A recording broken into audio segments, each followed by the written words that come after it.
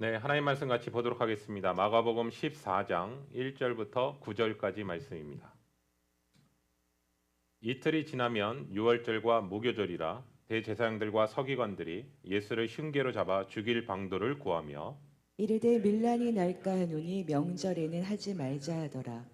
예수께서 베다니 나병 환자 시몬의 집에서 식사하실 때에 한 여자가 매우 값진 향유 곧 순전한 나두 한 옥합을 가지고 와서 그 옥합을 깨뜨려 예수의 머리에 부으니 어떤 사람들이 화를 내어 서로 말하되 어찌하여 이 향유를 허비하는가. 이 향유를 300데나리온 이상에 팔아 가난한 자들에게 줄 수 있었겠도다 하며 그 여자를 책망하는지라. 예수께서 이르시되 가만두라. 너희가 어찌하여 그를 괴롭게 하느냐. 그가 내게 좋은 일을 하였느니라. 가난한 자들은 항상 너희와 함께 있으니 아무 때라도 원하는 대로 도울 수 있거니와 나는 너희와 항상 함께 있지 아니하리라. 그는 힘을 다하여 내 몸에 향유를 부어 내 장례를 미리 준비하였느니라. 네, 9절은 다 같이 읽겠습니다. 내가 진실로 너희에게 이르노니 온 천하에 어디서든지 복음이 전파되는 곳에는 이 여자가 행한 일도 말하여 그를 기억하리라 하시니라. 아멘. 아멘.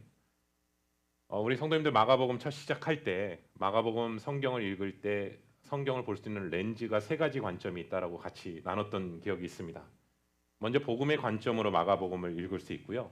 또 하나님의 나라의 관점으로 마가복음을 읽을 수 있고 또 하나는 제자도라는 관점으로 말씀을 읽을 수 있습니다.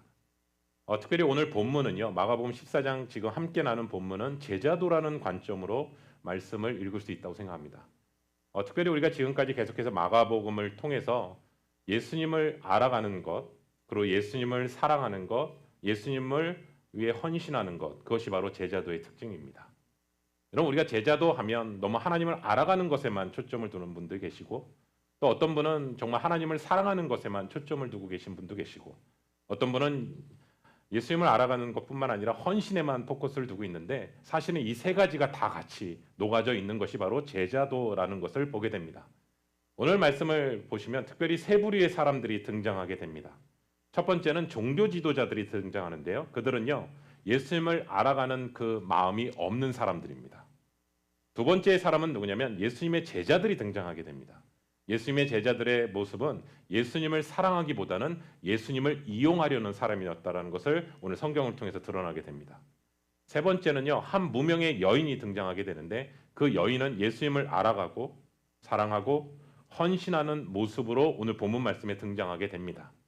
오늘 특별히 본문의 시작은 종교 지도자들이 어떻게 예수님을 죽이려고 하는 그 부분들에 대해서부터 오늘 본문은 시작되고 있다는 사실입니다. 우리 말씀 보겠습니다. 마가복음 14장 1절부터 2절입니다. 이틀이 지나면 유월절과 무교절이라 대제사장들과 서기관들이 예수를 흉계로 잡아 죽일 방도를 구하며 이르되 밀란이 날까 하노니 명절에는 하지 말자 하더라. 아멘. 아멘. 이틀 후면 유월절입니다. 유월절과 함께 누룩 없는 무교범과 쓴 나무를 먹는 무교절이 시작이 된다는 거거든요. 그러니까 종교 지도자들은 지금 유월절을 앞두고 예수를 어떻게 죽일까 모의하고 있다는 것을 보게 됩니다. 예수님을 먼저 대적했던 그들은요. 하나님은 정작 두려워하지 않습니다. 근데 그들이 두려워하는 것은 사람들이었습니다. 예수님을 몇 번 죽이려고 잡으려고 했지만 그때마다 놓쳤던 이유는 뭐냐면 사람들 때문에 두려워서 놓쳤던 것입니다. 이때도 예수님을 죽일 방도를 의논하면서 밀란이 일어날까 두려운 마음으로 명절에는 하지 말자라고 하면서 서로 의논하는 모습이 오늘 본문의 첫 시작이 펼쳐집니다. 여러분 그 당시에 유월절은 어떤 의미냐면요. 예전의 출애굽 역사를 기억하는 절기이거든요. 그런데 예전의 절기를 기억하는 것으로 끝나지 않고 앞으로 있을 또 다른 출애굽을 열망하는 날이기도 합니다. 다시 말씀드리면 그 당시에는 로마 시대의 압제 가운데 있었기 때문에 로마를 멸망시키고 우리를 구원자로 건져주시를 메시아를 기다리며 열망하는 그 유월절을 또다시 갈망하는 그 모습 가운데 있는 것이죠. 그런데 그 상황 속에서 예루살렘에 예수님이 입성하신 거예요. 그리고 예수님이 입성하시니까 우리가 기다렸던 그 구원자가 오셨구나 하면서 자신의 겉옷을 밑에 깔게 되고 나뭇가지를 거기다 펼치게 되고 예수님이 입성하는 그 장면 속에서 호산나 다윗의 자손이여 라고 고백하는 그 고백은 호산나라는 그 뜻은 뭐냐면 지금 우리를 구원하소서 하면서 외치며 그 예루살렘 주변에 소동이 온 사람들이 들을 정도의 소동이 일어나게 됐거든요. 그만큼 열망하는 마음이 컸었거든요. 그러니까 그러한 예수님을 유월절을 앞두고 잡게 되면 많은 사람들이 예수님을 따르기 때문에 밀란이 일어날 수 있으니까 그때는 하지 말자라고 하는 의미인 것이죠. 당시 로마는요, 유대 민족의 절기와 같은 정치적으로나 종교적인 같은 그 행사 가운데 소동이 일어나게 되잖아요. 그러면 로마는요, 그 책임을 종교 지도자들에게 물었대요. 그래서 심한 경우는 대제사장을 파면시켜 버리고 새로운 대제사장, 종교 지도자들을 다시 그 자리에 앉히는 일이 있었다라는 거예요. 그러니까 그들이 지금 두려워하는 이유는 자신들의 자리가 뺏길까봐 두려워서 하지 못하는 그 모습으로 펼쳐지는 것이죠. 그런데 오늘 본문 말씀 가운데서 예수 그리스도께서는 이미 그들의 계략을 이미 아셨다라고 얘기합니다. 마가복음에는 등장하지 않지만 같은 부분을 다루고 있는 마태복음에서는 그 부분을 말씀하고 있습니다. 우리 볼까요? 마태복음 26장 1절부터 5절입니다. 예수께서 이 말씀을 다 마치시고 제자들에게 이르시되 너희가 아는 바와 같이 이틀이 지나면 유월절이라 인자가 십자가에 못 박히기 위하여 팔리리라 하시더라. 그때 대제사장들과 백성의 장로들이 가야바라 하는 대제사장의 관정에 모여 예수를 흉계로 잡아 죽이려고 의논하되 말하기를 밀란이 날까 하노니 명절에는 하지 말자 하더라. 아멘. 아멘. 우리가 지난주에 마지막 때의 징조와 심판에 대해서 예수님께서 경고하셨던 부분을 지난주에 나눴잖아요. 근데 그 이후에 주님께서 이틀이 지나면 유월절인데 그때 내가 십자가에 못 박히기 위해서 팔리게 될 것이라는 말씀을 하시는 거예요. 그러니까 마가복음이 증거하는 것처럼 대제사장들과 장로들이 어떻게 유교절 이틀 전에 모여서 어떻게 예수님을 죽일까 모의한 것을 이미 예수님도 아셨다라는 것을 우리 마태복음을 통해서도 증거하고 있는 것이죠. 그럼 질문이 하나 생겨요. 그전에도 예수님을 어떻게 죽일까 어떻게 고민하게 했는데 지금은요 더 구체적이고 더 적극적으로 예수님을 죽이기 위해서 모색하는 부분들이 나오게 돼요. 그러면 그 뒷 배경에 대한 부분이 또 요한복음에서 또 설명하고 있어요. 왜 그렇게 적극적으로 더 죽이려고 하는지를 우리 요한복음 11장 46절 48절까지 그 다음에 53절 읽어보겠습니다. 그 중에 어떤 자는 바리새인에게 가서 예수께서 하신 일을 알리니라. 이에 대제사장들과 바리새인들이 공회를 모으고 이르되 이 사람이 많은 표적을 행하니 우리가 어떻게 하겠느냐. 만일 그를 이대로 두면 모든 사람이 그를 믿을 것이요 그리고 로마인들이 와서 우리의 땅과 민족을 빼앗아 가리라 하니 이날부터 그들이 예수를 죽이려고 모의하니라. 아멘. 아멘. 여러분 지금 이 요한복음의 이 본문의 배경의 앞의 사건은 뭐냐면 나사로고요. 나사로가 죽은 지 4일 만에 다시 살아난 사건이 있었습니다. 근데 그 사건을 통해서 우리가 잘 알다시피 요한복음에서는 어떻게 표현하고 있냐면 나사로가 죽은 지 4일이 되었다라고 표현하고 있는데 그 동굴 밖에 사람들한테 썩은 냄새가 진동했다라고 얘기합니다. 그 썩은 냄새를 맡은 거는 가족들만 맡은 게 아니라 그 자리에 있었던 많은 유대인들도 맡게 됐거든요. 그런데 그 상황 속에서 예수님께서 죽은 나사로를 살리신 사건이 우리가 요한복음에 보시면 말씀 가운데 나누고 있습니다. 근데 그 사건에 대해서 바리새인들과 종교 지도자들은 더 큰 충격과 압박을 받게 됩니다. 왜냐하면 이 사람은 많은 표적을 했다. 예수님은. 그런데 어떻게 하면 좋겠냐. 이대로 두게 되면 많은 사람들이 예수님을 믿게 될 텐데 그러면 로마인들이 우리 땅과 우리 민족을 빼앗아갈 것이라고 얘기합니다. 여러분 죽은 나사로가 살아난 사건을 통해서 베다니 지역에 있는 많은 유대인들이 예수를 믿게 되었고 많은 소문들이 퍼지게 되면서 예수님을 바라보기 시작하고 믿기 시작했다는 것을 보게 됩니다.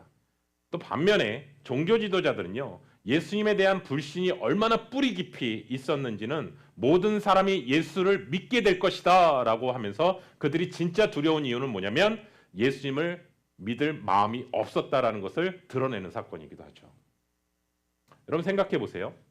우리가 마가복음을 계속 같이 함께 계속 읽어나가는 가운데서 예수님께서 행하셨던 기적은 계속해서 점차적으로 늘어납니다. 그렇죠. 그냥 처음에는 귀신 들린 자를 쫓아내는 것으로 끝나는 것이 아니라 병든 자를 낫게 하는 사건도 있고 심지어 병을 치유할 수 없는 그 몸인데도 불구하고 예수님께서 치유와 회복의 사건이 있는데 그 절정의 끝은 뭐냐? 죽은 자를 살리신 사건이죠. 왜냐하면 죽은 자를 살렸다라는 것은요, 오늘날로 얘기해도 사람의 힘으로는 할 수 없습니다. 하나님만이 하실 수 있는 영역이기 때문에 그렇습니다. 그런데 그들은 그 장면까지도 어떻게 생각하냐면 로마인들이 와서 우리 땅과 민족을 빼앗아 갈 것이라는 염려를 하고 있다라는 것을 보게 됩니다. 그러면 그 염려하는 이유는 근원적인 건 뭐냐? 예수 그리스도를 믿지 않고 있다라는 것이죠. 그들은 예수를 사람들이 많이 따르게 되고 현혹되어서 그분을 왕으로 세우게 되면 로마로부터 쳐들어오게 되고 전쟁이 일어나게 돼서 결국은 나라와 민족을 잃어버릴 것이라는 그 생각에 가득 사로잡힌 상태에 있는 것을 보게 되는 것이고, 그게 바로 예수 그리스도에 대한 불신인 것이죠. 그래서 4일 만에 살아났던 그 놀라운 나사로가 살았던 사건을 통해서 성경은 요한복음 저자는 뭐라고 했냐면, 이날부터 예수를 죽이려고 모의하느니라. 이제는 싫어하는 차원이 아니라 죽여야겠다. 그리고 나서 본격적으로 그러면 어떻게 죽일 것인지 그것에 대해서 방안을 모색했다라는 것이 오늘 본문의 배경입니다. 여러분, 오늘 이 본문을 보시면서 굉장히 좀 살벌한 느낌이 들지 않나요? 이제 물론 예수님께서 십자가로 지러 가시는 과정이지만 이 분위기가 지금 악한 권세가 완전히 눌려 있는 상황 속에 펼쳐지는데, 오늘 이 본문 가운데서 또 하나 등장하는 게 뭐냐면, 이름도 없는, 오늘 마가복음에서는 이름을 기록하지 않고 있습니다. 한 여인의 헌신된 모습은 불신앙적으로 음모를 꾸미고 있는 앞에 부분 1절 2절에서 내용과 우리 그 한 여인의 뒷부분에 드는 제자들, 특별히 가룟 유다가 예수님을 팔아넘기는 그 장면 속에서 딱 가운데 있는 샌드위치 구조로 오늘 한 여인을 소개하고 있습니다.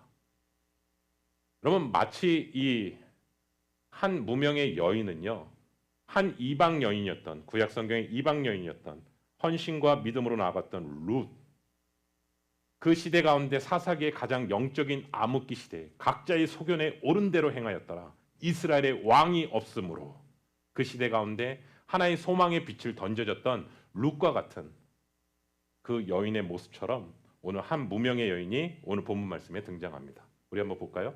마가복음 14장 3절부터 5절입니다. 예수께서 베다니 나병 환자 시몬의 집에서 식사하실 때에 한 여자가 매우 값진 향유 곧 순전한 나드 한 옥합을 가지고 와서 그 옥합을 깨뜨려 예수의 머리에 부으니, 어떤 사람들이 화를 내어 서로 말하되 어찌하여 이 향유를 허비하는가? 이 향유를 300데나리온 이상에 팔아 가난한 자들에게 줄 수 있었겠도다 하며 그 여자를 책망하는지라. 아멘.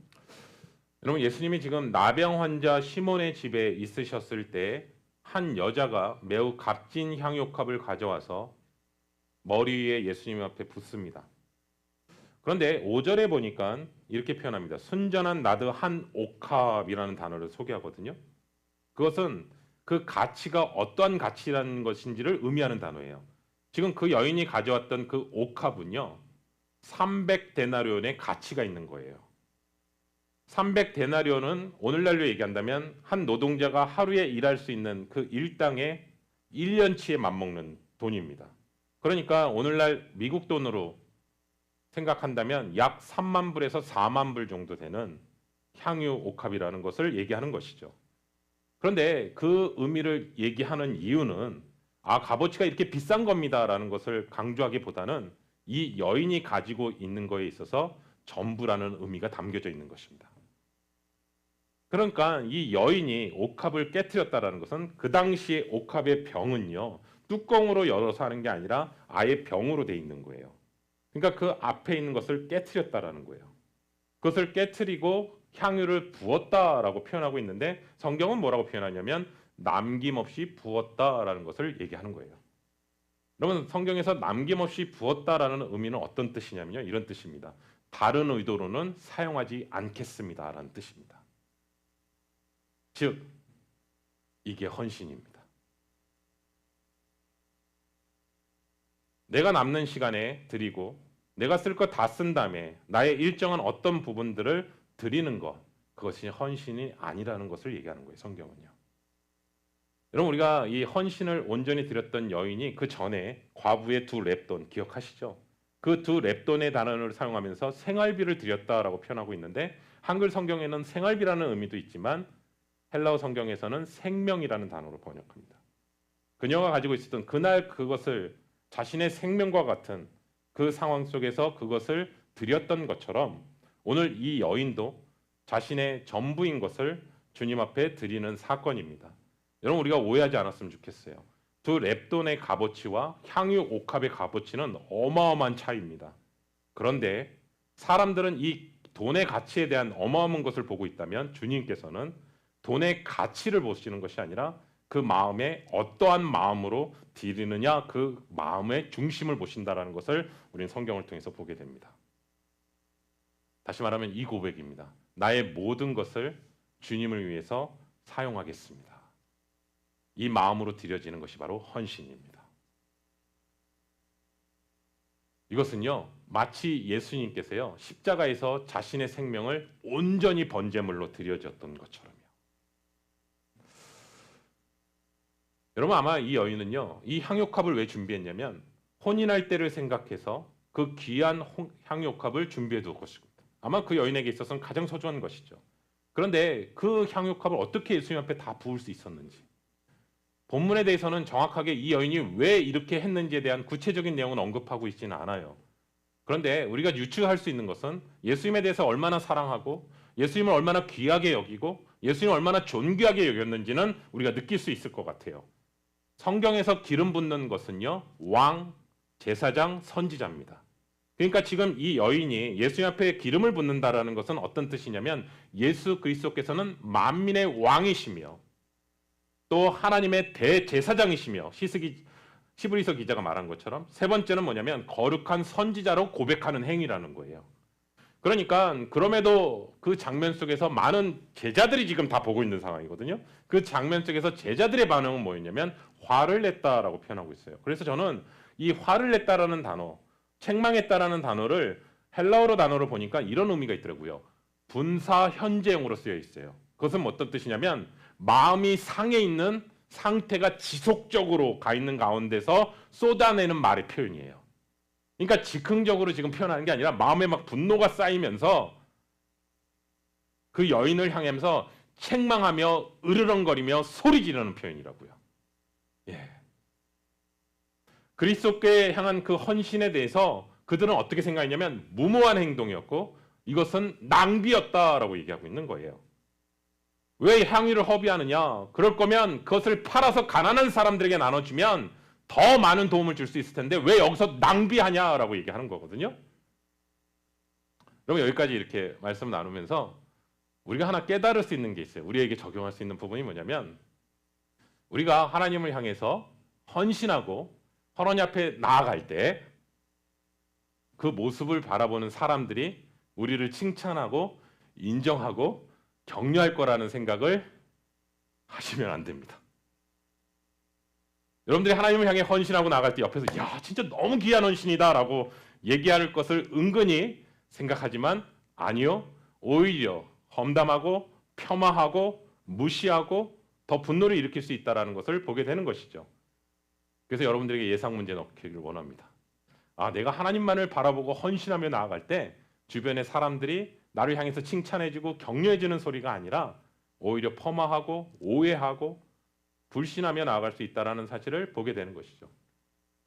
제가 일부 예배 때 드렸는데 한번 이 표현을 했습니다. 여러분들이 교회에서 시간과 물질을 드리고 교회를 성도를 섬기려고 할 때 그것을 싫어하고 분노하는 사람이 반드시 옆에 있습니다.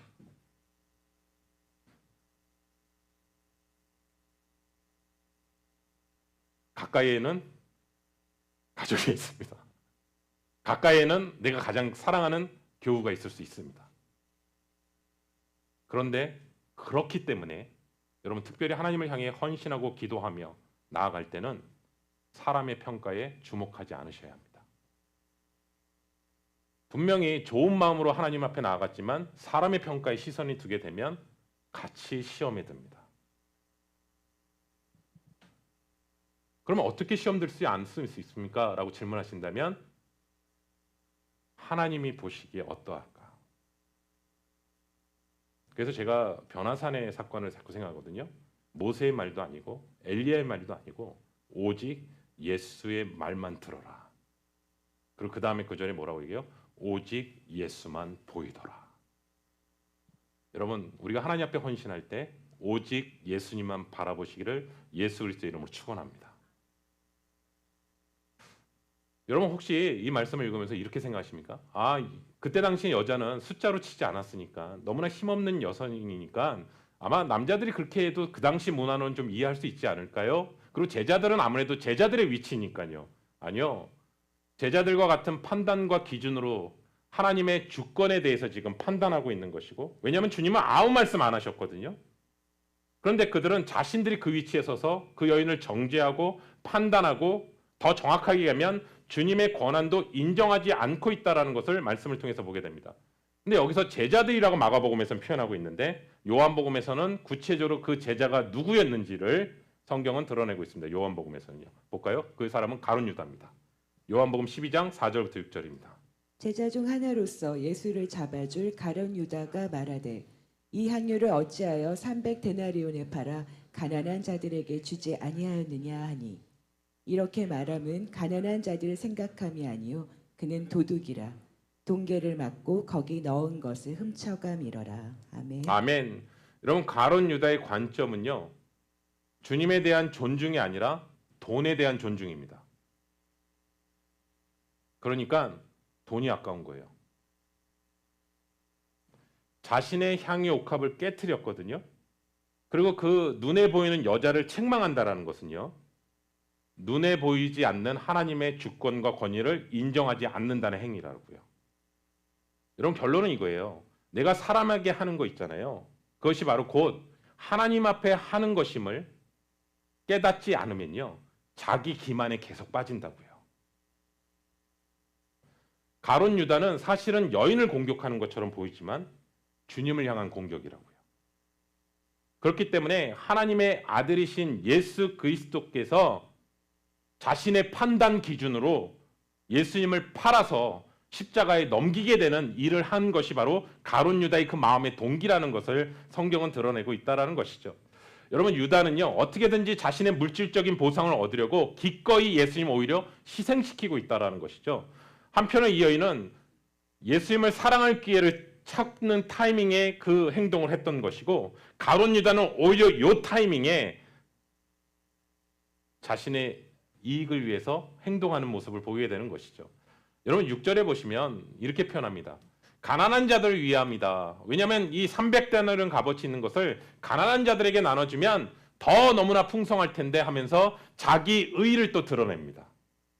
그런데 요한복음은 시간이 지난 후에 이 사건들을 다시 한번 성령 안에서 조명하는 거거든요. 뭐라고 표현하고 있냐면 그는 도둑이었다.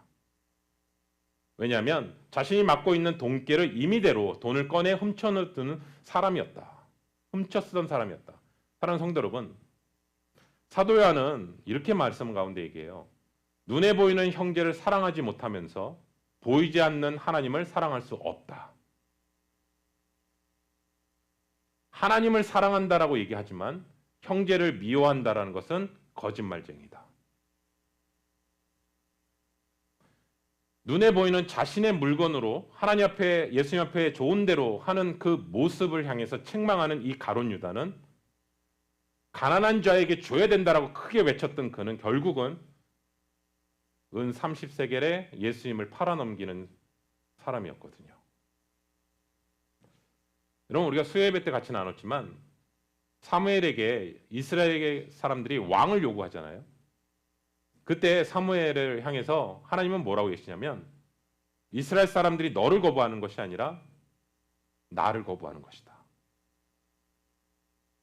그들은 늘 나에게 불순종했던 것처럼 너에게도 그렇게 하는 것뿐이니까 그들이 말하는 대로 그렇게 하라라고 말씀하시거든요.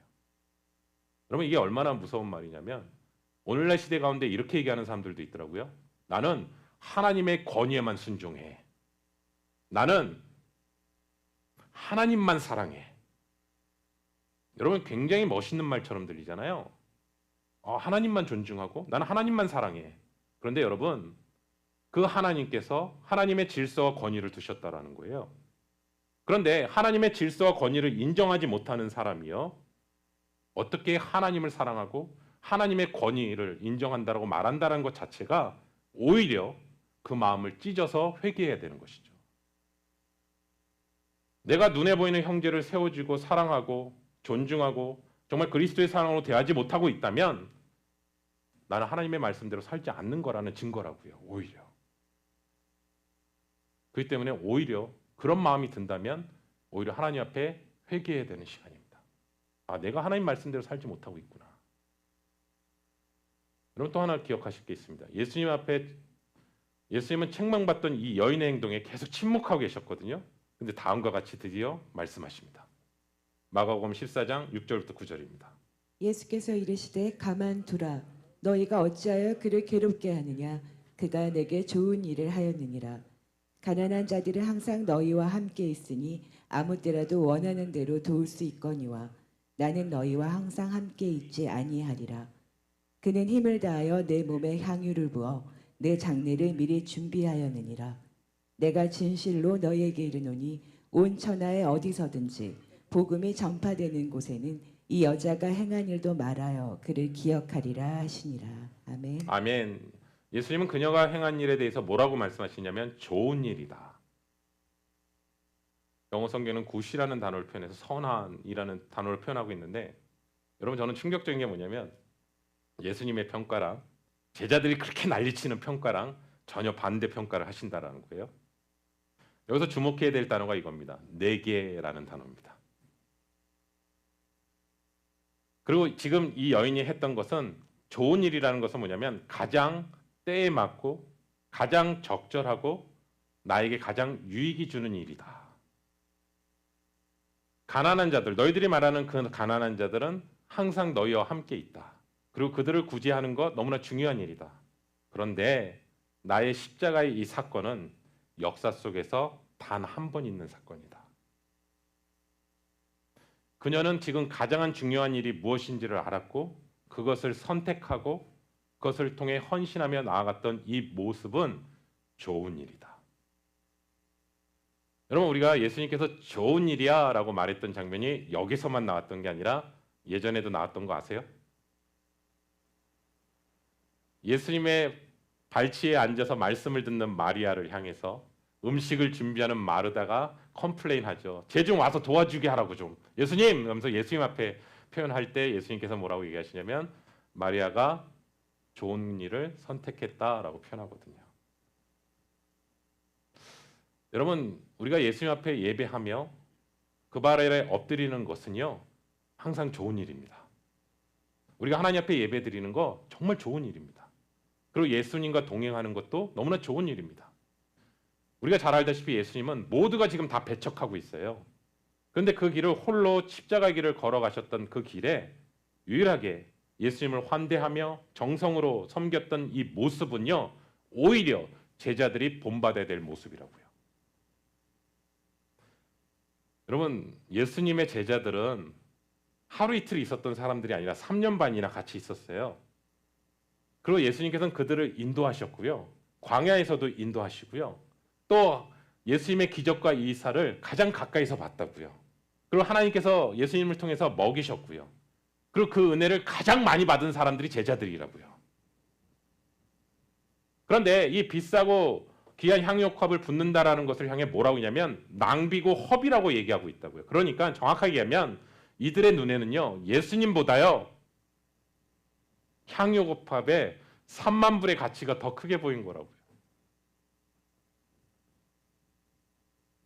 제가 지난주에 같이 수요일날 나눴지만 왕을 요구하는 그 이스라엘 백성들을 향해서 하나님은 사무엘을 통해서 나의 백성을 얘기해요. 나의 백성. 그런데 예수님은 지금 제자들이 이건 웬 낭비야 라고 하고 소리치고 있는 상황 속에서 예수님은 어떤 마음을 반응하시냐면 그들을 구원하시기 위해 많은 사람의 대속물을 주기 위해 십자가의 길을 걸어가고 계시다라는 거예요. 우리가 죄인 되었을 때 십자가로 말미암아 그리스도의 사랑을 확증하셨느니라. 여러분, 저는 이 십자가를 다시 한번 생각하게 됐거든요. 예수님께서 십자가의 선상에서 우리를 구원하시기 위해서 자신의 몸을 깨뜨리셨습니다. 그 깨뜨리셨던 증거가 뭐냐? 물과 피를 다 쏟으셨습니다. 아낌없이요. 자신의 몸을 자신을 위해서 사용하신 적은 없습니다. 그리고 온전히 번제물로 드렸던 사건이 바로 십자가의 사건입니다. 그것은요, 이 여인이 드렸던 그 향유옥합의 사건은 허비도 아니고 낭비도 아니라는 증거인 것은 이 복음이 전파되는 곳마다 이 여인이 했던 일도 같이 전해져야 된다라고 얘기하십니다. 기억하라고 얘기합니다. 왜냐하면 이 여인이 했던 것은 단순하게 나의 가장 소중한 것을 드렸다라는 것에 포커스가 아니라 예수 그리스도의 장례를 준비했던 여인이고, 그리고 그 예수 그리스도를 어떻게 사랑했고 어떤 마음으로 헌신했는지를 기억해야 되는 사건임을 얘기하는 것이기 때문에 그렇습니다. 저는 마가가요, 요한복음에서는 이 여인이 마리아라는 것을 힌트를 주는데 마가는 이 여인의 이름을 사용하지 않습니다. 마가가 몰라서 사용하지 않았다고 생각하지 않습니다. 의도적으로 이름을 넣지 않았다고 생각합니다. 왜냐하면 이 여인의 이 모습은 이름을 남기는 것이 아니라 아름다운 행실을 남겼기 때문에 그렇습니다. 예수에 대한 사랑과 사랑스러운 행위는요, 절대로 잊혀지지 않습니다. 사도 바울은 이렇게 고백합니다. 주 안에서의 수고는 결코 헛되지 않다라고요. 사랑하는 성도 여러분, 오늘 말씀을 마무리하면서 제가 서두에서 얘기했던 부분들을 한번 좀 깊이 적용했으면 좋겠습니다. 지금 여러분은 어느 자리에 서 계십니까? 그리스도를 알아가는 데 있어서 마음이 없는 상태에서 서 계십니까? 여러분, 예수 그리스도를 향해서 많은 기적을 몰라서 안 믿는 게 아니라요, 정확한 본질은요, 예수 그리스도를 믿을 마음이 없어서예요. 예수 그리스도를 마음에 두지 않았다라는 것은요, 예수 그리스도는 나와 상관없는 분이라는 거예요. 혹시 이러한 모습으로 종교 지도자들과 같이 서 계시는 분은 계시지 않습니까? 두 번째 사람은요, 그리스도를 이용하는 자리에 서 계신 분은 계시지 않습니까? 나의 필요를 위해서, 나의 욕구를 위해서 주님이 도구로 대하는 마음으로 서 있는 분은 안 계십니까? 혹은 주님의 일을 한다고 하지만 내 마음이 상함이 있거나 내 마음이 누군가를 원망하고 있거나 내 마음이 지금 불평하면서 주님의 일을 하고 있다면 제자들의 모습으로 지금 서 있는 것입니다. 세 번째 사람은요, 그리스도 앞에서 내 마음과 삶을 깨트리는 자세로 서 계십니까? 여러분, 자기를 깨트릴 때 그리스도의 향기가 나옵니다. 우리가 자아가 죽을 때 예수 그리스도께서 살아나십니다. 그래서 사실은요, 예배, 헌신, 섬김, 이것은 다 내가 깨어질 때 나타나는 것입니다. 근데 여러분 그거 아세요? 자꾸 깨어진다는 얘기만 하니까 여러분 맨날 죽어야 돼, 맨날 깨져야 돼라고 얘기하는데, 여러분 그거 아세요? 진짜 깨진 것을 경험한 분은요, 그 안에서 샘솟는 기쁨이 있습니다. 예, 주님만이 주시는 기쁨이 있습니다. 그것을 알기 때문에 언제든 주님을 위해서 깨트릴 수 있는 것입니다. 그래서 이 여인은요, 자신의 이름이 기록되는 것도 전혀 중요하지 않았고요, 주님을 향해 드렸던 그 마음인 것이죠. 저는 스포츠 경기를 좋아합니다. 특별히 야구를 좋아하는데요, 아내는 은근히 뭐라 그래요. 왜 야구 맨날 보냐고. 근데 저는 제가 게임하고 있으면 더 충격 아닌가요? 그러면서 그렇게 어떤 목사님도 게임 좋아한다고 그러시더라고요. 근데 저는 게임은 한 번도 해본 적은 없어요. 근데 야구는 너무 좋아해요. 근데 제가 야구를 좋아하는 이유가 있어요. 어떤 걸 유심히 많이 보냐면요, 사람들은 MVP를 많이 보더라고요. 그날 경기에 가장 수훈 선수요. 그리고 그 선수를 꼭 시상을 하더라고요. 인터뷰를 하고. 근데 저는요, MVP보다 그날 야구 경기에서 가장 옷이 더럽혀진 선수를 좋아합니다. 옷이 가장 더럽혀진 선수는요, 그날 경기에 가장 최선을 다했다라는 겁니다. 사람들은 별로 주목하지. 제가 이걸 아내한테 얘기하진 않아요. 왜냐하면 아내는 이해를 못하니까요. 그럼 저는 그걸 보면서 저 선수가 유난히 보이는 거예요. 옷이 가장 더럽혀지는. 뭐 뛰다가 아웃될 수도 있고 그런데 가장 옷이 마지막에 항상 꼭 인사하거든요. 그때 저는 가장 더럽혀진 선수를 봐요. 그걸 보는 이유는 그거예요. 헌신이에요. 그 팀에 대한 헌신이에요. 여러분, 저는 우리 귀한 성도님들에게 주님 앞에 섰을 때 가장 아름다운 것은요, 여러분들이 가장 더럽혀진 손, 가장 더럽혀진 몸, 때로는 더럽혀진 그 마음, 더럽혀진 마음 다른 게 아니라 자신을 향해 모함했던 그 마음들, 그런 마음들이 있는 사람이 오히려 그리스도 안에서 가장 헌신된 사람이 아닐까라는 생각이 들어요. 저는 여러분들 주님 앞에 너무 깨끗하게 안 서셨으면 좋겠어요.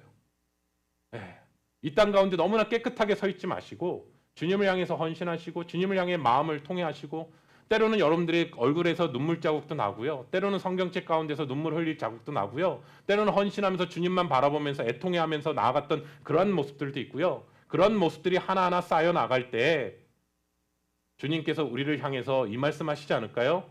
착하고 충성된 종아. 여러분, 충성은 작은 순종들이 모여서 충성이란 열매를 맺는 거거든요. 맞습니다. 우리 오늘 마지막 주님 앞에 서는 그 모습에 있어서 우리가 정말 다시 한번 깨어 있어야 될 이유는 뭐냐면, 우리가 정직하게 지금 어느 위치에 서 있는가를 우리가 오늘 말씀을 통해서 다시 한번 보게 됩니다. 어디서요? 십자가 앞에서요. 네. 사도 바울이 고백한 것처럼 내가 감옥에 있으면 그것을 시기해서 내가 더 바울보다 복음을 더 잘 전해라고 했을 때 마지막 바울을 흔들 수 있는 강력한 유혹이었거든요. 근데 사도 바울은 뭐라고 하냐면, 나는 괜찮다. 전해지는 것이 예수 그리스도라면 나는 상관없다. 불편할 마음 하나도 없다. 예수 그리스도만이 드러나는 것이 가장 중요하다. 맞습니다. 사람들 못 알아줘도 상관없어요. 주님만 하시면 돼요. 주님만 하시면 돼요. 주님이 한마디 하십니다. 내게. 여러분, 이 마음 끝까지 붙드시기 바랍니다.